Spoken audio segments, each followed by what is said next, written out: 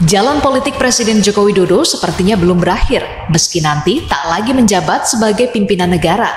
Baru-baru ini, Jokowi diusulkan jadi ketua koalisi permanen pemerintah. Namun, hal ini ditepis oleh Wakil Ketua Umum Partai Golkar, Ahmad Doli Kurnia.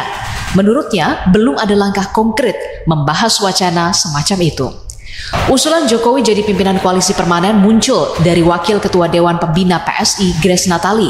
Ia menyebut Jokowi semestinya menjadi ketua koalisi partai politik yang punya visi misi yang sama membangun pemerintahan. Namun, usul ini dikritisi oleh Partai Keadilan Sejahtera. Juru bicara PKS Muhammad Iqbal menyebut usulan PSI tidak logis dan bisa merusak demokrasi. Era reformasi telah mengajarkan kita. Era reformasi seharusnya jadi cermin sejarah bagi Pak Jokowi, bagi Presiden Jokowi, yang sebentar lagi bakal selesai dari tugas mulianya memimpin bangsa Indonesia sebagai Presiden kita yang ke-7. Di bulan Oktober nanti, tanggal 20 Oktober 2024, Pak Jokowi harus rela, harus ikhlas, harus legowo mengakhiri masa pengabdiannya.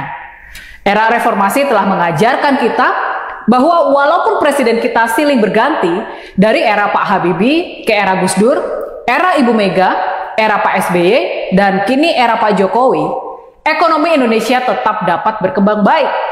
Bangsa kita bisa semakin maju, dan demokrasi serta kedaulatan rakyat bisa terjamin.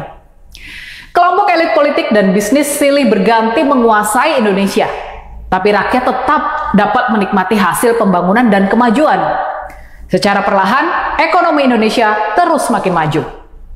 Makanya nih, ini menjadi pesan penting buat Pak Jokowi, buat Presiden Jokowi yang bakal mengakhiri kekuasaannya di tanggal 20 Oktober 2024 nanti, sekitar 7 bulan lagi dari sekarang. Semua aksi jungkir balik Pak Jokowi akhir-akhir ini, dari mulai mengintervensi Mahkamah Konstitusi jadi Mahkamah Keluarga, memaksakan anaknya yang di bawah umur menjadi calon wakil presiden, melakukan intervensi terhadap proses sakral pemilu lewat kecurangan-kucuran bansos, intervensi aparat dan tekanan hukum, dan sekarang hendak mengobrak-abrik tatanan partai politik, mau berkuasa di atas para ketua umum partai politik. Semua itu buat melanggengkan pengaruh dan kekuasaan politiknya, buat melanggengkan kekuasaan kelompok elit di sekelilingnya. Pesan buat Pak Jokowi adalah jangan mengulangi kesalahan sejarah kita. Batasi dan atasi hasrat buat terus berkuasa. Masa kekuasaan presiden sudah dibatasi maksimal 2 periode, maksimal 10 tahun. Tidak bisa 3 periode, tidak bisa 15 tahun. Itu semua ada alasan kuatnya. Dan itu semua demi kebaikan dan kemajuan rakyat Indonesia. Pak Jokowi sebaiknya berhenti melakukan cawe-cawe politik, berhenti mengobrak-abrik tatanan politik, dan kembali fokus pada pembangunan. Pak Jokowi harus mau, harus rela, harus legowo buat lengser. Biarlah regenerasi kepemimpinan terus berlanjut. Percayalah bahwa penerus Bapak akan mampu melaksanakan tugas kenegaraan dengan baik. Pak Jokowi, berhentilah cawe-cawe dan jangan biarkan politik Indonesia semakin hancur. Biarkan demokrasi berjalan, dan biarkan regenerasi terus bergulir. Jadi kalau kita bicara tentang kemana Jokowi setelah menjadi presiden, tentu pilihannya ada di Jokowi sekarang.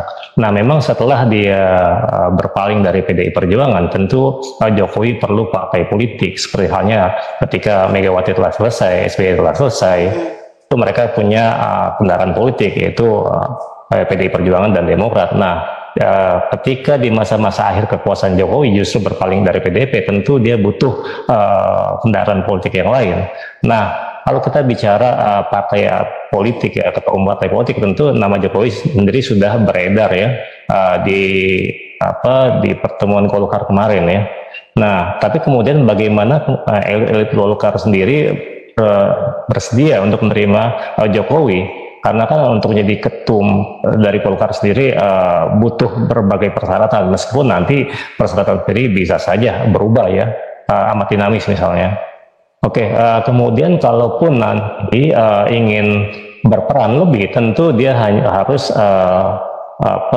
berperan, harus memiliki kendaraan politik, yaitu punya partai politik. Nah, persoalannya kan memang tidak ada partai politik atau belum ada partai politik yang di apa dipegang oleh Jokowi sekarang. Rakyat pasti marah besar kalau Jokowi sampai lakukan hal ini.